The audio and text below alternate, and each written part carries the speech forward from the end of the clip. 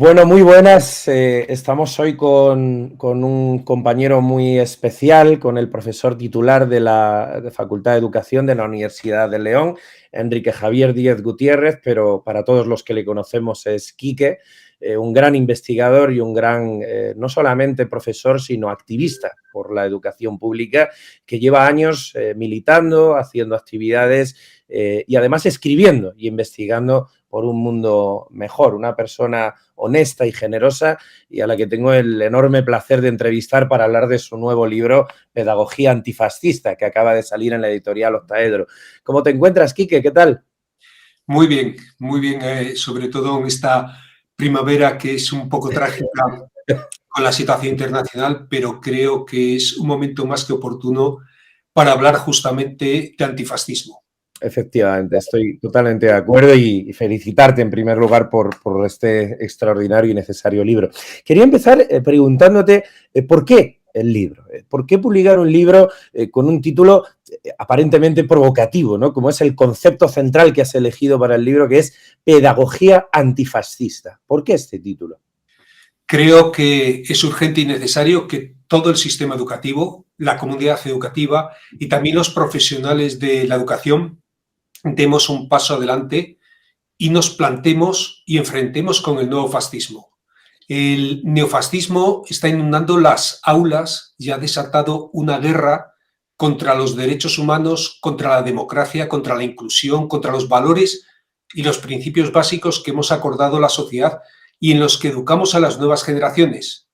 Por eso creo que debemos combatir el retorno de esa peste, como diría Camus, esta enfermedad del neofascismo que cuenta con la capacidad de destruir la democracia en nombre de la propia democracia. Desde luego, muy bien traída además la referencia a Camus, en mi opinión. Estamos, por lo tanto, ante un libro, por lo que hemos podido ver, que tiene un doble propósito. Por un lado, es un libro preventivo y al mismo tiempo es un libro proactivo, podríamos decir, contra el fascismo, ¿no? Ante la situación que definías tanto en España como en el conjunto del mundo. Efectivamente, Pedagogía Antifascista es una reflexión de urgencia y de compromiso ante el actual auge del neofascismo y su progresiva normalización por una parte de la sociedad.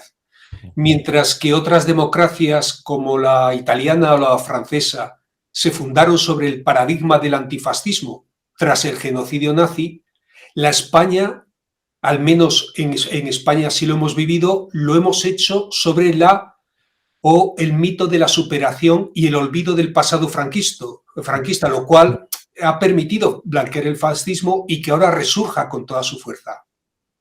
Sin duda alguna.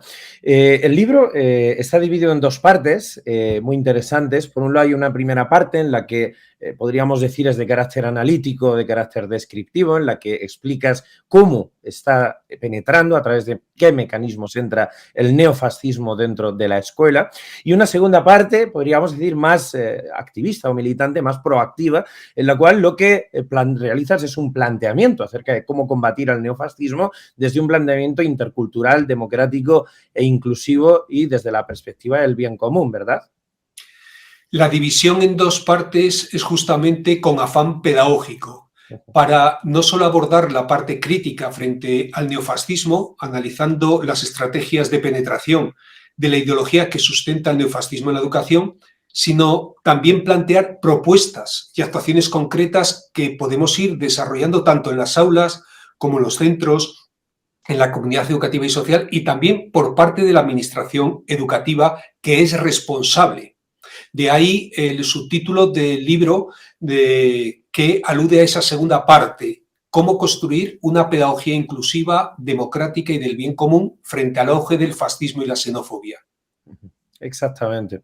Vamos, si te parece, a hablar un poquito en torno al libro. Empezamos, si te parece, por la primera parte, porque hay algunos elementos, ¿no? En esta primera parte de carácter analítico, podríamos decir, donde hablas de ciertos elementos de neofascismo que están ya penetrando, de hecho, o han penetrado ya en el mundo educativo. ¿A qué tipo de elementos te refieres? En la primera parte de Pedagogía Antifascista abordo las obsesiones principales que tiene el neofascismo, empezando por la exigencia para perseguir lo que denomina el adoctrinamiento en la escuela. han emprendido campañas con lo que ya todo el mundo conoce como PIN parental, pero son campañas realmente de acoso escolar y denuncia judicial al profesorado y a los centros que educan en derechos humanos, en valores democráticos o en igualdad, o que combaten la homofobia, el racismo o la desigualdad social. ¿Por qué? Porque no admiten una sociedad democrática, plural y tolerante. De hecho, su estrategia es utilizar la educación para imponer una mentalidad única, para volver al blanco y negro del nodo franquista.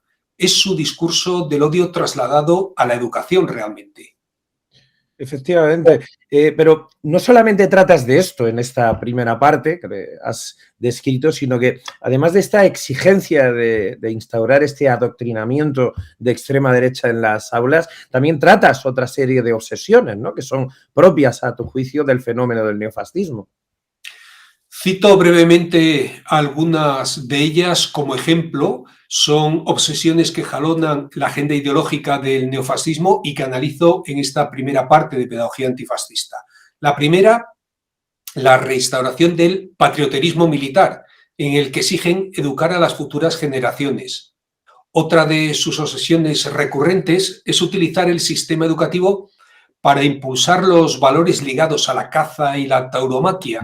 Justamente cuando la sociedad está mostrando una oposición mayoritaria al maltrato animal, es cuando proponen pues, formaciones profesionales de tauromaquia para ser torero, donde los criterios, por ejemplo, de evaluación incluiría, como dicen, la eficacia y pureza en la suerte de matar, con encierros didácticos para menores y campus taurinos. Una tercera obsesión del neofascismo también, y esa la conocemos todos, especialmente la han hecho de una forma clara y abierta en Castilla y León, pues es enterrar y ocultar el pasado, tratando de borrar la memoria colectiva de la devastación humana y de los genocidios que sufrió el mundo con la aparición del fascismo.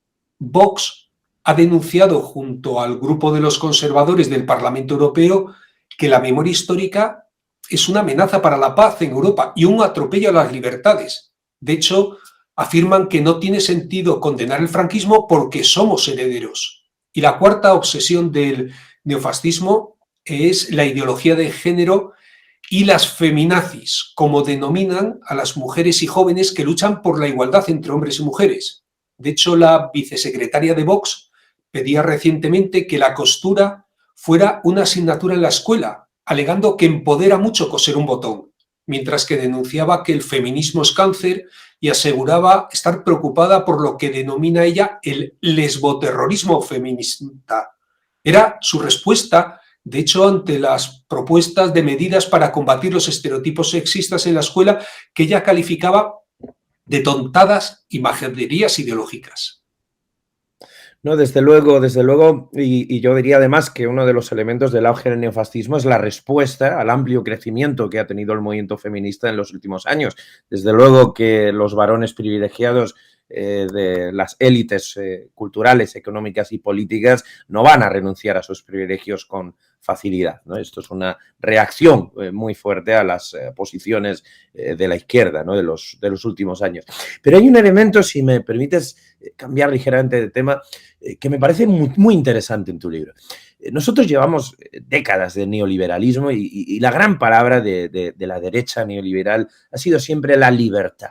Y sin embargo, hay un aspecto que ha sido estudiado también por otros autores y que tú trabajas en tu libro, que es la conexión entre el neoliberalismo, una ideología aparentemente favorable a la libertad, por supuesto, a la libertad de las empresas, ¿no?, como todos conocemos, pero que forma parte de su discurso, y sin embargo esa conexión del neoliberalismo con el neofascismo, esto que tú has definido en tu libro como un neoliberalismo autoritario, y que es una ideología que tú defines como una ideología que se encuentra en la raíz de este nuevo neofascismo, un elemento además que le distingue, ¿no?, de los fascismos tradicionales en ese sentido, y que está teniendo una penetración constante en la educación, creando un nuevo sentido común, una nueva racionalidad dominante en este sentido. Es un concepto muy interesante este que planteas. Efectivamente, la ideología neoliberal, que es uno de los elementos básicos que ha venido llegando a la mentalidad colectiva como algo asumido casi de forma normalizada, es asumida a su vez por el neofascismo actual y abrazada con absoluto entusiasmo. Lo vemos como están promoviendo también la privatización de la escuela, cómo incentivan el emprendimiento empresarial, que es una forma de aprender y asumir como única posibilidad las reglas del capitalismo desde la infancia, o recupera los estandartes de la competición, del mérito, de la ideología del esfuerzo, la cultura de la autoridad, que convierten al profesorado en una figura coercitiva y disciplinadora y al alumnado en el responsable de su propio fracaso. Es decir, traducen este modelo neoliberal de tipo social a la escuela, aunque eso sí, todo esto revestido de neolengua que disfraza la segregación con excelencia, la privatización con libertad de elección, la mercantilización con patrocinio o la conversión de las escuelas en empresas con gestión eficaz y eficiente. Sí, efectivamente parece que aquí hay en una cierta medida un contraste con los fascismos de primera generación, ¿no? Que favorecían estados corporativistas muy sólidos, si bien desde luego en alianza con el capital, ¿no? Y si bien tenían intervencionismo económico, era siempre de la mano de las grandes familias empresariales, tanto en la Alemania nazi como en la España franquista, ¿no? Pero ciertamente esta fusión con el neoliberalismo parece un elemento bastante característico de este fascismo de tercera generación, ¿no? Como señalabas. Si te parece, vamos a entrar un poquito en la segunda parte del libro, que es la parte más esperanzadora, ¿no? La parte en la que realizas elementos propositivos, en las que tú planteas posibles estrategias para confrontar este fascismo, este neofascismo, también en las políticas educativas. En esta segunda parte de Pedagogía Antifascista, lo que hago realmente es recoger la experiencia de las comunidades educativas, del profesorado, de los movimientos de renovación pedagógica, de las mareas verdes, la experiencia práctica que de hecho se está desarrollando en muchos sitios y en muchos centros, y que proviene a su vez, no lo olvidemos, de grandes pedagogos y pedagogas que a lo largo de nuestra historia han propuesto las auténticas revoluciones en educación. Freire, Rosa Sensat, Freinet, Dewey, Montessori y tantos otros y otras que nos permiten decir en educación también aquello que dijo Newton: caminamos a hombros de gigantes. En esta segunda parte del libro hablo y desarrollo, por ejemplo, la pedagogía crítica, la pedagogía de los derechos humanos y del cuidado de todos los seres vivos, la pedagogía laica que respeta la libertad de conciencia, o la pedagogía de la memoria que garantiza el derecho a la verdad. Propongo, por ejemplo, impulsar la pedagogía feminista, que también educa a los chicos en masculinidades igualitarias, o la pedagogía del apoyo mutuo, que permita repensar la vida desde la cooperación y la solidaridad, la pedagogía de la inclusión, que vaya más allá de la integración, o la pedagogía de lo que podríamos denominar la pedagogía de lo esencial, que priorice un currículum de saberes fundamentales y vinculados con la vida. Analizo cómo sería una pedagogía de la evaluación democrática que trabaje desde la pedagogía del error y enfoque la evaluación como forma de mejora de todo el sistema educativo. Planteo la necesidad de una pedagogía digital crítica que recupere nuestra soberanía digital hoy en manos de las grandes multinacionales tecnológicas, y de una pedagogía lenta que permita una enseñanza pausada que desacelere los ritmos escolares y vitales estresados en que vivimos. Pido avanzar en una pedagogía intercultural y antirracista que eduque para una ciudadanía mundial sin exclusiones y que considere la diferencia cultural como un valor. Qué bonito es y qué necesario, ¿no? Que aquellos que estamos en el pensamiento emancipador no solamente hagamos análisis o críticas de lo existente, sino que hagamos, como tú haces, propuestas en positivo, ¿no? Esto sin duda es necesario. Me ha parecido muy interesante tu referencia a los derechos humanos, ¿no? Yo recuerdo a nuestro añorado Julián Guita, que por cierto te prologó tu libro de los 2000, ¿no? De la globalización neoliberal y las repercusiones en la educación, ¿no? Que se puede considerar en cierta medida un antecedente de este libro. Y Anguita siempre decía que su proyecto político consistía en el desarrollo total de los derechos humanos, ¿no? No era otra cosa, ¿no? Un concepto también muy interesante en esta segunda parte del libro es que hablas de la pedagogía decolonial, del decrecimiento y de la desobediencia. Esto es muy interesante, ¿no? Lo de la decolonialidad me ha recordado a referencias como Boaventura de Sousa Santos o Paulo Freire o la filosofía de la liberación, la cuestión del decrecimiento que se basa, como tú decías, a hombres de gigantes, ¿no? Como Latouche o como los primeros precedentes de las posiciones críticas, ¿no? Con el crecimiento indefinido, ¿no? y ilimitado del capitalismo, ¿no? Como es en España Manuel Sacristán o Fernández Buey, Jorge Richman, etcétera, ¿no? O la desobediencia, que es algo que tú conoces muy bien porque de hecho has sido un activista insumiso, ¿no? y en contra del servicio militar obligatorio y conoces en tus propias carnes esto, ¿no? Y entre tú y yo, Quique, todas estas cosas, ¿no crees que en el estado actual de las cosas pueden ser entendidas como radicales por parte de la población? Bueno, yo creo realmente que todas las propuestas que planteo son radicales, en el sentido de que van a las raíces de lo que sería un modelo de educación realmente antifascista y antineoliberal, es decir, un modelo coherente con los derechos humanos y el bien común. Por eso trato de explicar cómo desarrollar esa pedagogía decolonial, es decir, una educación otra que descolonice el saber. Una pedagogía también para educar en la igualdad y la justicia social, o una pedagogía ecosocial del decrecimiento, es decir, de la sobriedad voluntaria que descolonice el imaginario dominante del crecimiento ilimitado en esta edad del colapso. Una pedagogía también planteo que sea democrática, que convierta nuestros centros en auténticas escuelas democráticas. Incluso planteo una pedagogía de la desobediencia que eduque en el derecho a la desobediencia crítica y cívica frente a un sistema injusto como el que promueve actualmente el neofascismo, el neoliberalismo y el capitalismo, que acaba convirtiéndose en un sistema auténticamente criminal. Es una preciosidad, ¿no? Tareas que afrontas además con tremenda urgencia, ¿no? Como la del colapso ecológico, en la que estamos en el tiempo de descuento. Es decir, es absolutamente urgente lo que plantea en la superficie. Es un libro que además me parece que tiene la belleza de ser propositivo, de ser proactivo, porque seguramente los pensadores críticos o que queremos ser emancipatorios, nos quedamos demasiado muchas veces en el ámbito de la crítica y tenemos que hablar del ámbito de la propuesta, y esto es lo que tú haces en tu libro. Una última pregunta ya para despedirnos. Y que ya de manera general, como una reflexión final, ¿crees que es necesario educar en contra del neofascismo, es decir, educar en el antifascismo?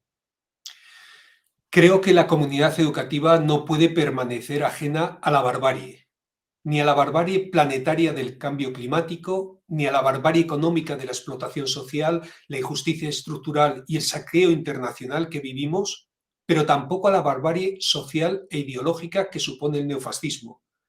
La verdadera munición de este modelo no son las balas de goma o el gas lacrimógeno, es nuestro silencio y nuestra indiferencia cómplice.